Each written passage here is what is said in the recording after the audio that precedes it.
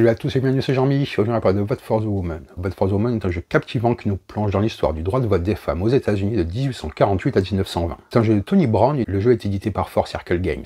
Il s'agit d'un jeu stratégique et pédagogique qui peut aussi bien se jouer de manière compétitive que grâce à un mode solo spécifique. À partir de 12 ans, Vote for the Woman peut se jouer de 1 à 4 joueurs pour des durées de partie entre 1 et 2 heures environ. Côté mécanique, le jeu est un card-driven où les cartes sont au cœur de l'action. Vous utiliserez des événements historiques et des actions stratégiques afin de convaincre les États ainsi que le Congrès, tout en construisant votre deck afin de gérer vos ressources et votre influence. Chaque choix que vous ferez aura un impact sur le reste de la partie. C'est un jeu riche en histoire et en émotions. Plongeons ensemble dans cet hommage ludique à un événement marquant des droits civiques américains. Allez, on va voir comment ça se passe. Et on se retrouve donc avec le matériel. Donc là, ce que je vais faire, c'est que dans un premier temps, je vais vous expliquer les règles du jeu.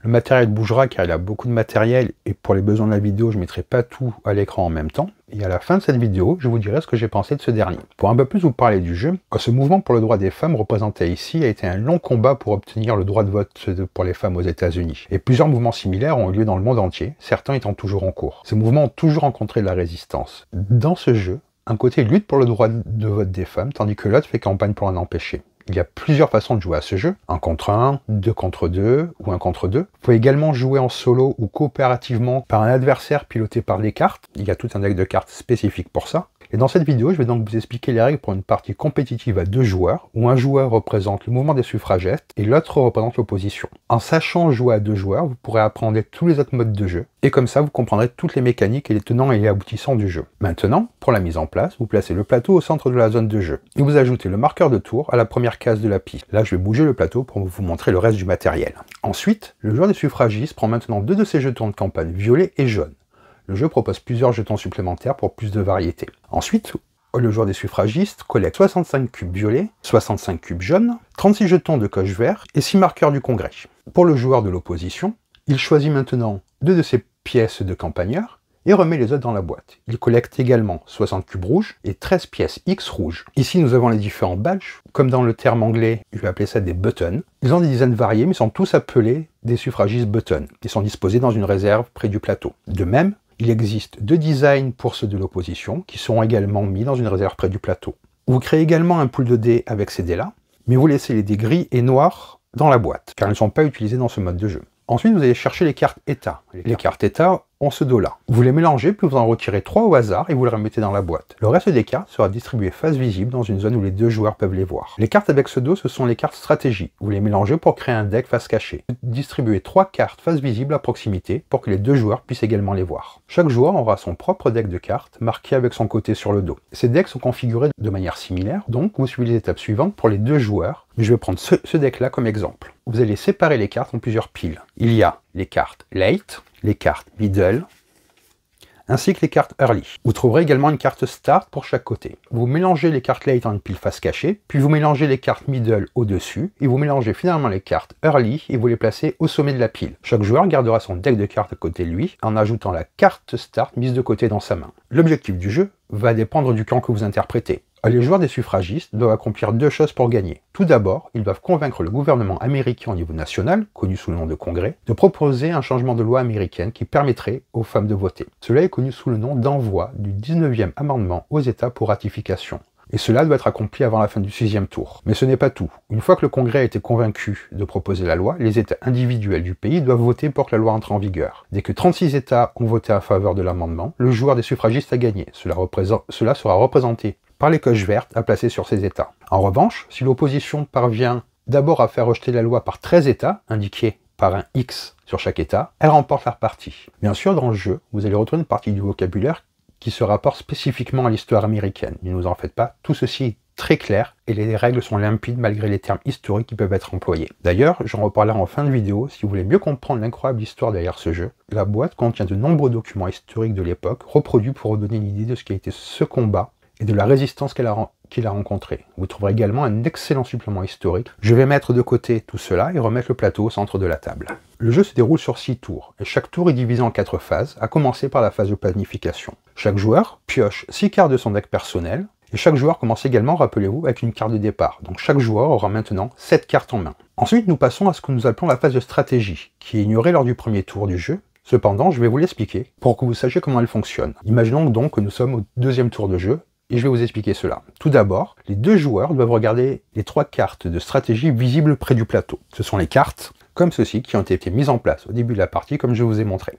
Au fur et à mesure des explications, les effets de ces différentes cartes prendront plus de sens. Il faut juste savoir, pour l'instant, qu'une carte stratégie a de puissants avantages. Après avoir examiné les cartes, le joueur des suffragistes annonce combien de boutons, donc les badges, il va engager pour payer l'activation d'une carte stratégie. Vous ne commencez pas avec des badges, mais vous pourrez les collecter plus tard. C'est une sorte de monnaie dans le jeu. Imaginons que chaque joueur ait 5 badges. Le joueur des suffragistes décide d'engager 3 de ces badges pendant cette phase. Le joueur de l'opposition peut alors choisir de déférer. Si l'opposition choisit de déférer, cela signifie que le joueur des suffragistes paie le nombre de badges qu'il a engagés en les retournant dans la réserve. Puis il peut choisir n'importe laquelle des 3 cartes stratégie visibles près du plateau et la placer devant lui pour l'utiliser plus tard. L'opposition peut également égaler.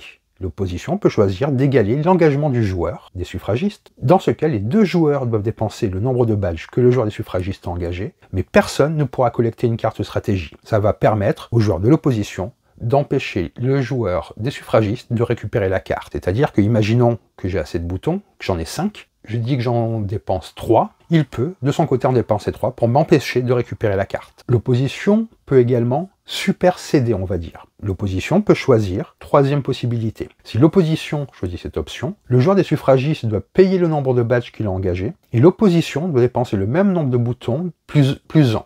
L'opposition peut choisir n'importe quelle carte stratégie parmi les cartes visibles. Elle remporte à ce moment-là. C'est-à-dire que si j'en avais joué 3, il choisit cette action-là, il en dépense 4, et il peut récupérer la carte stratégie. Bien entendu, on ne peut pas engager ou choisir une option qui coûterait plus de badges que ce qu'on en a réellement. Par exemple, si je me retrouvais avec 6 badges, et que l'opposition en a seulement 3, le joueur des suffragistes peut garantir l'obtention d'une carte stratégie en engageant 4, car l'opposition n'aurait pas assez de boutons pour égaler ou pour supercéder. Enfin, dès qu'une carte de stratégie est prise, une nouvelle est retournée face visible pour la remplacer. Elle ne peut pas être faite lors du premier tour, car aucun joueur n'a encore de badge. Après cette phase vient la phase des opérations. Dans cette phase, en commençant par le joueur des suffragistes et en alternant, chaque joueur doit jouer une carte de sa main jusqu'à ce que chaque côté ait joué 6 tours. Chaque joueur commence avec cette carte. Vous saurez quand vous avez joué votre dernier tour, car il vous restera qu'une seule carte en main. Lorsque vous jouez une carte de votre main, vous devez l'utiliser de l'une des 4 façons suivantes. Je vais vous expliquer les 4 options possibles, en commençant par jouer une carte événement. Chaque carte possède un événement imprimé. Vous trouverez également un texte en bas qui explique l'événement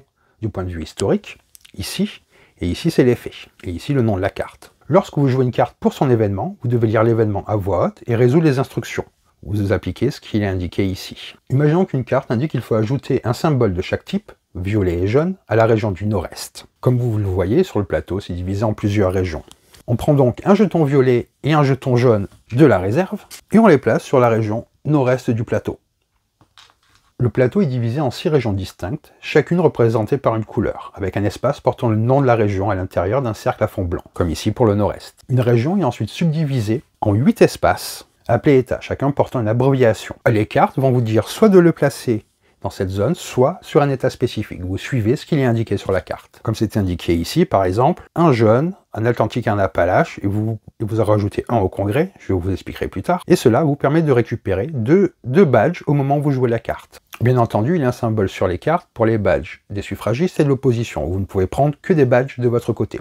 Lorsque vous récupérez un badge, vous le placez près de vous, qu'il soit visible de votre adversaire. Si par exemple l'instruction nous dit d'ajouter 2 cubes à l'état de New York, imaginons que les symboles des cubes sont à la fois violets et jaunes, les 2 cubes peuvent être placés de n'importe quelle combinaison de couleurs. Soit ça vous dira de placer des violets ou des jaunes, ou vous pourrez choisir la couleur que vous placez. Si c'est cela, vous pouvez les placer de n'importe quelle combinaison de couleurs que vous souhaitez. Vous pouvez ajouter par exemple 2 cubes violets ou 2 cubes jaunes, ou un de chaque. Mais vous devez respecter l'endroit de placement qui est indiqué sur la carte. Certains états n'ont pas beaucoup de place pour les cubes et possèdent une ligne pointillée menant à un espace plus grand où les cubes doivent être placés pendant la partie. Mais sachez que les cubes violets et jaunes représentent tous les deux la même chose, le soutien de l'État à la cause des suffragistes. Là, vous allez vous demander s'il est important de choisir la couleur des cubes à placer. En effet, certains événements, dans le deck de l'opposition, peuvent supprimer des cubes d'une couleur spécifique. Il peut donc être judicieux pour le joueur qui joue le côté des suffragistes d'utiliser un mélange de couleurs pour ne pas être trop vulnérable à ce genre d'effet. Les deux couleurs représentent également, d'un point de vue historique, le fait que le mouvement des suffragistes était composé de différentes organisations travaillant vers le même objectif. Lorsque vous avez terminé de résoudre l'événement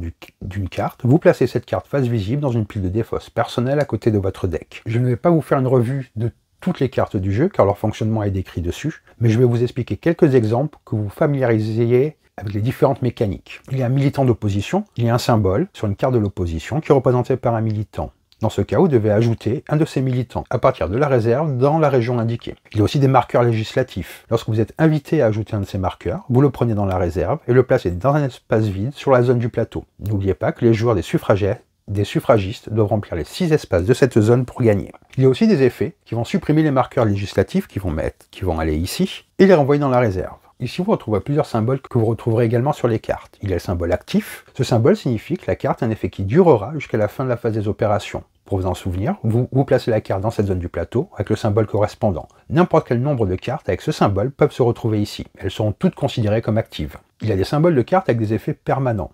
C'est ce symbole-là, vous placez les cartes ici et vous appliquez les effets. Certains symboles peuvent également vous indiquer de lancer des dés. Je vous rappelle que lors de la mise en place, nous avons mis de côté certains dés. Vous retrouvez le symbole du dé, que ce soit à 8 faces pour une valeur de 1 à 8. Il y a aussi le symbole du dé rouge qui a 6 faces et qui a une valeur de 1 à 6. Et le dé bleu à 12 faces avec des valeurs de 1 à 4. Certaines cartes, en effet, nécessitent un résultat spécifique. Par exemple, lorsque vous jouez la carte Victoire de l'Union pour son événement, la carte Guerre civile doit être en jeu. Ça veut dire qu'elle doit être à cet endroit-là. Puis vous lancez un dé rouge. Si vous obtenez 3, 4, 5 ou 6, vous résolvez l'événement. Mais si vous obtenez 1 ou 2, l'événement échoue. Cependant, vous pouvez toujours dépenser un bouton pour relancer le dé. Cependant, un joueur peut dépenser un badge qu'il possède pour relancer le dé. Si l'échec persiste, vous pouvez continuer à dépenser des badges pour tenter à nouveau. Si aucun lancer réussi n'est effectué, la carte est simplement défaussée et elle sera sans effet. Certaines cartes peuvent également vous demander de dépenser ces badges. Si vous n'avez pas assez de badges pour jouer l'événement, vous ne pouvez pas utiliser l'effet de la carte. Au lieu de jouer une carte pour son événement, vous pouvez l'utiliser pour une action de campagne. Dans ce cas, vous ignorez complètement le texte de la carte. Vous dépensez la carte et l'enlevez de votre main. C'est le coût pour effectuer cette action. Pour cette action, vous comptez le nombre de campagneurs que vous avez sur le plateau, puis vous lancez un dé bleu. Si le résultat de votre lancer ne vous satisfait pas, vous pouvez dépenser un badge pour relancer le ou les dés. Une fois que vous êtes satisfait du lancer, vous assignez chaque dé à un de vos campagneurs, puis vous placez autant de cubes que la valeur du dé dans un étal de la région du campagneur. Je vous rappelle que les campagneurs, ce sont ces personnages-là du côté des suffragistes et ces personnages-là du côté de l'opposition.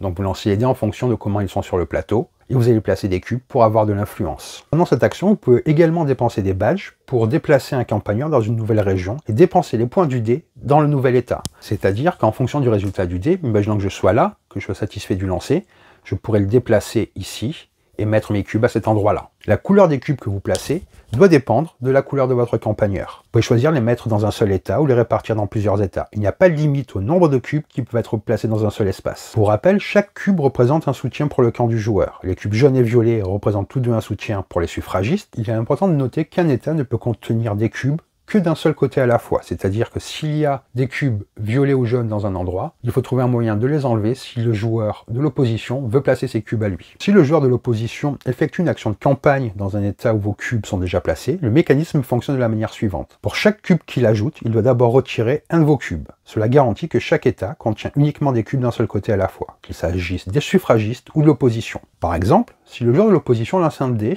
et fait 3 et décide d'ajouter les cubes dans un état qui contient déjà 2 de vos cubes. Il va d'abord retirer les 2 cubes avant de placer son 3e cube. Imaginons qu'on soit comme cela. Si le joueur de l'opposition réussit et fait 3 et veut placer des cubes dans cet endroit-là, il enlèvera d'abord ces 2 cubes et il pourra en placer un comme ceci. Quelques petites précisions. Si un événement vous demande d'ajouter des cubes dans un état déjà occupé par l'opposant, vous devez d'abord retirer ces cubes avant de pouvoir ajouter les vôtres. Si vous n'avez pas de cubes à placer, vous pouvez utiliser un substitut, ce n'est pas une limite fixe.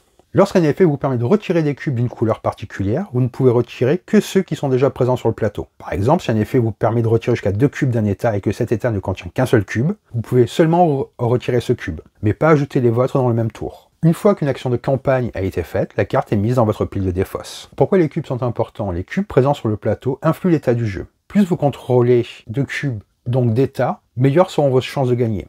De plus, il y a un avantage immédiat pour le premier joueur qui arrive à placer 4 cubes dans un état. Si vous êtes le premier joueur à ajouter un 4e cube dans un état, vous pouvez réclamer la carte de l'état correspondant, d'où les cartes états qui ont été mis en début de partie. Cette carte est placée devant vous, et une fois que vous l'avez, vous la gardez, même si on vous enlève les cubes et que vous redescendez à 3, ou si votre adversaire finit par avoir lui-même 4 cubes. Les cartes états sont permanentes une fois réclamées. Cela crée une sorte de course entre les joueurs pour les obtenir, et ces cartes auront un impact plus tard. Au lieu de jouer une carte de votre main pour son événement ou pour effectuer une action de campagne, vous pouvez faire une des deux autres actions suivantes, une action d'organisation. Lorsque vous jouez une carte pour une action d'organisation, vous ignorez l'événement imprimé sur la carte. À la place, vous payez un nombre de badges égal au nombre de vos militants sur le plateau. Puis vous placez la carte dans votre pile de défausse personnelle. Vous pouvez également faire l'action de lobbying. Vous lancez autant de dés rouges que vous avez de militants sur le plateau. Pour chaque lancer de 6, vous pouvez soit ajouter, soit retirer un marqueur au congrès en fonction de votre côté. Je vous rappelle que le but, c'est d'en avoir 6 pour les suffragistes, et bien entendu, l'opposition ne veut pas qu'il y ait 6 avant la fin du 6e tour. À tout moment, après avoir joué une carte, donc après avoir fait ces différentes actions, vous pouvez résoudre une carte état ou de stratégie que vous avez devant vous. Ces cartes sont résolues de la même manière que les cartes événements. Vous lisez le texte et vous l'appliquez. Une fois résolues, elles sont renvoyées dans la boîte. Vous ne pouvez cependant résoudre qu'une seule carte état ou stratégie à chaque tour, soit avant, soit après avoir joué une carte de votre main. Une fois que chaque joueur a joué sa dernière carte, plus qu'une carte dans votre main, la phase de nettoyage commence. Les cartes qui n'ont plus d'effet sont placées dans la défausse de chaque joueur respectif, et on déplace le marqueur à l'espace suivant, et on commence le nouveau tour suivant avec une phase de préparation. L'une des tâches clés du joueur suffragiste est de remplir les 6 espaces en bas du plateau avec les marqueurs de congrès. Lorsque le 6e marqueur est placé ici, cela signifie que le 19e amendement est censé avoir été adopté par le Congrès. À ce moment-là, chaque État doit voter pour accepter ou rejeter l'amendement. Il va y avoir donc un processus de vote des États. Vous allez examiner le reste du plateau, et dans chaque État, il y a au moins 4 cubes de soutien pour le suffrage, quelle que soit la combinaison de couleurs. Vous retirez tous les cubes, et à la place, vous allez placer un jeton comme ceci. Ces États ont maintenant voté en faveur du 19e amendement et du droit de vote des femmes. En revanche, si un État a moins de 4 cubes, vous les enlevez et vous le remplacez par un marqueur rouge comme ceci pour indiquer que l'État a voté contre. Lorsque le 36e jeton coche verte a été placé sur le plateau, il y en a exactement 36 dans le stock des suffragistes, cela signifie que le 19e amendement a été ratifié par tous les États et le jeu se termine par une victoire du joueur suffragiste. Si au contraire, le 13e jeton croix rouge est placé, cela signifie que l'amendement a été rejeté par les États et la victoire va à l'opposition. Si la 6e marque du marqueur du Congrès n'a pas été placée avant la fin du 6e tour du jeu, ce qui signifie que le 19e amendement n'a pas été adopté par le Congrès, la partie se termine par une victoire de l'opposition. Si après 6 tours, le 19e amendement a été envoyé aux États, mais que les joueurs n'ont pas assez de votes dans les différents États, il y aura une phase de vote finale qui est expliquée en détail à la fin du livret de règles. Vous allez faire des lancers de dés pour essayer d'influencer le vote. Je vais vous redire brièvement comment se passe un tour de jeu. Le jeu consiste en 6 tours. Si au bout des 6 tours, personne n'a rempli les conditions de victoire, nous passerons à un vote qui se fera au dé. Sinon, un tour se passe de la manière suivante. Une phase de planification, où on va piocher 6 cartes pour en avoir 7 en main. Une phase de stratégie, où on va pouvoir acheter des cartes, qui sont des cartes spécifiques avec un deck que je vous ai montré. Une phase d'opération, vous allez jouer vos cartes soit pour leur événement, soit pour faire campagne, soit pour organiser, soit pour faire du lobby. Vous jouez comme cela à tour de rôle, jusqu'à la fin de la partie, en déplaçant vos cubes, en essayant de gagner le vote des États, les 6 tours. Et ici, c'est pour indiquer que le vote est allé au Congrès. Il y a actuellement une campagne Kickstarter de la même maison d'édition sur un autre sujet historique. Je vous mettrai en description de la vidéo le lien pour que vous alliez voir. Je vais maintenant vous donner mon avis sur ce jeu. Vote for the Woman est bien plus qu'un jeu de société. C'est une fenêtre immersive sur l'histoire, un hommage à la lutte pour le suffrage féminin, à une expérience ludique captivante. Dès l'ouverture de la boîte, on est frappé par la richesse historique qui transpire de chaque composant. Je vais vous montrer les différents facsimilés que vous allez retrouver dans le jeu, qui sont vraiment d'une qualité assez exceptionnelle et qui donnent un côté pédagogique en plus de tout cela. Donc ces différents documents, vous le voyez, qui sont vraiment nombreux de qualité, ainsi qu'un livret historique qui vous explique toute cette période-là. Donc, comme je vous disais, les facsimilés de documents, les illustrations soignées et les cartes événements enrichies de textes explicatifs plongent immédiatement les joueurs dans l'ambiance. Ce n'est pas simplement un jeu, c'est une reconstitution ludique, un outil pédagogique qui parvient à faire vivre une époque avec une approche à la fois sérieuse et accessible. Sur le plan ludique, Vote for the Woman repose sur des mécaniques de card driven qui mettent les décisions stratégiques au premier plan. Chaque carte peut être jouée de différentes manières, pour son événement, pour renforcer sa campagne dans les États, ou pour organiser et préparer de futurs coups stratégiques. Ces choix constants renforcent l'idée que chaque action compte. La phase de campagne, où les cubes d'influence s'ajoutent ou s'annulent selon un résultat, crée une tension palpable à chaque tour. Le jeu brille particulièrement en mode solo et à 2 joueurs, où la confrontation entre les suffragettes et l'opposition est la plus intense. Le mode solo est remarquablement conçu, offrant une expérience fluide et captivante sans alourdir le gameplay. À 3 ou 4 joueurs, le plaisir reste intact pour les amateurs de défis stratégiques. Ce qui distingue Vote for the Woman, c'est sa capacité à rendre un sujet complexe accessible sans sacrifier la profondeur stratégique. Il s'adresse aussi bien aux joueurs expérimentés qu'aux débutants, grâce à ses règles claires et sa courbe d'apprentissage progressive. Les premières parties permettent de découvrir les cartes et leurs interactions, tandis que les suivantes approfondissent les stratégies et les subtilités du jeu. En résumé, Vote for the Woman est une véritable pépite qui marie stratégie, histoire et émotion avec brio. Que vous soyez passionné par les thématiques historiques ou simplement en quête d'un jeu qui sort des sentiers battus, il saura vous séduire. C'est un titre que je recommande chaudement, à la fois pour son gameplay tendu et pour son hommage vibrant à une lutte essentielle. J'espère que cette vidéo vous a donc, comme je vous disais, plus appris sur le jeu, que cette présentation vous a plu. C'est toujours délicat d'expliquer un card driven car c'est vraiment le rythme des cartes et ce que les cartes font. J'espère que cela vous a donné envie de vous plonger dessus, plus en apprendre. Si cette vidéo vous a plu, n'hésitez pas à laisser un commentaire et à vous abonner à la chaîne. Sur ce, je vous dis bonne partie et bon jeu!